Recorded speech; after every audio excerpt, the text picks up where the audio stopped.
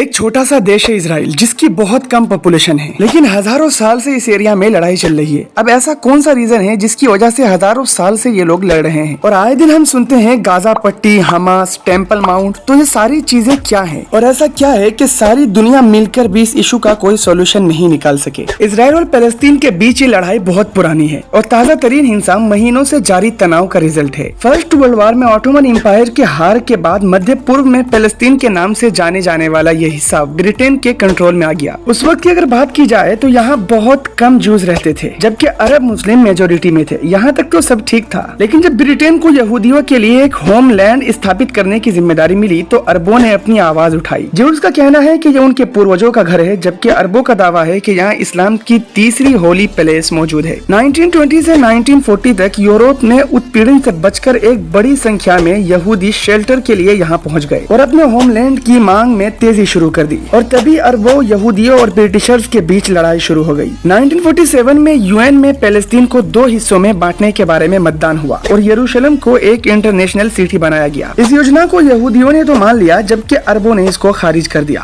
और अरब देशों ने इसराइल पर एक साथ धावा बोल दिया। जब ये जंग खत्म हुई तब तक इसराइल अधिकतर इलाके को अपने कंट्रोल में ले चुका था। जॉर्डन के कब्जे वाली जमीन को वेस्ट बैंक और इजिप्ट के कब्जे वाली जमीन को गाजा के नाम से जाना गया, लेकिन अभी तक कोई ऐसा फैसला नहीं लिया गया था जो दोनों पक्षों के लिए सूटेबल हो सके। 1967 में जब अगली बार लड़ी गई, जिसमें इजराइल ने यरूशलेम और वेस्ट बैंक पर भी अपना कब्जा जमा लिया और यहाँ रह रहे फलस्तीनियों को बंधक बना लिया गया। इजराइल का कहना है कि इन लोगों से उनकी कंट्री पर इफेक्ट पड़ेगा और अब तक वेस्ट बैंक पर इजराइल का कब्जा है। साथ ही उसका यह भी मानना है कि यरूशलेम उसकी राजधानी है। अमेरिका उन चंद देशों में से एक है जो इस पूरे इलाके पर इजराइल के कब्जे को एक्सेप्ट करता है। इस समय इन इलाकों में 6 लाख से ज्यादा ज्यूज रहते हैं। फलस्तीनियों का कहना है कि ये आबादी गैर कानूनी है। यरूशलेम, गाजा पट्टी और वेस्ट बैंक में इजराइल और हमास के बीच तनाव चरम पर है। गाजा पर पूरा कंट्रोल हमास का है और वो इसराइल से लगातार लड़ रहा है। इजराइल और मिस्र गाजा की बॉर्डर का सख्ती से निगरानी करता है ताकि हमास तक कोई भी हथियार न पहुंच सके। अब सवाल यह है कि क्या कभी ये दोनों एक साथ हो सकते हैं? तो ऐसे कई मुद्दे हमारे सामने हैं जिसके चलते ये दोनों कभी एक्सेप्ट नहीं करेंगे कि ये दोनों एक साथ मिल जाएं। जैसे कि हमास के साथ क्या होना चाहिए, कब्जे वाले वेस्ट बैंक में रह रहे यहूदियों का क्या होगा, वो वहीं रहेंगे या उनको वहाँ से निकाला जाए, और यरूशलेम को कैसे बांटा जाए। और सबसे बड़ा सवाल ये है कि क्या इजराइल राष्ट्र फलस्तीन के साथ बनाया जाएगा या कहीं और। ऐसे कई सवालात हैं जिसके जवाब हर कोई ढूंढ रहा है।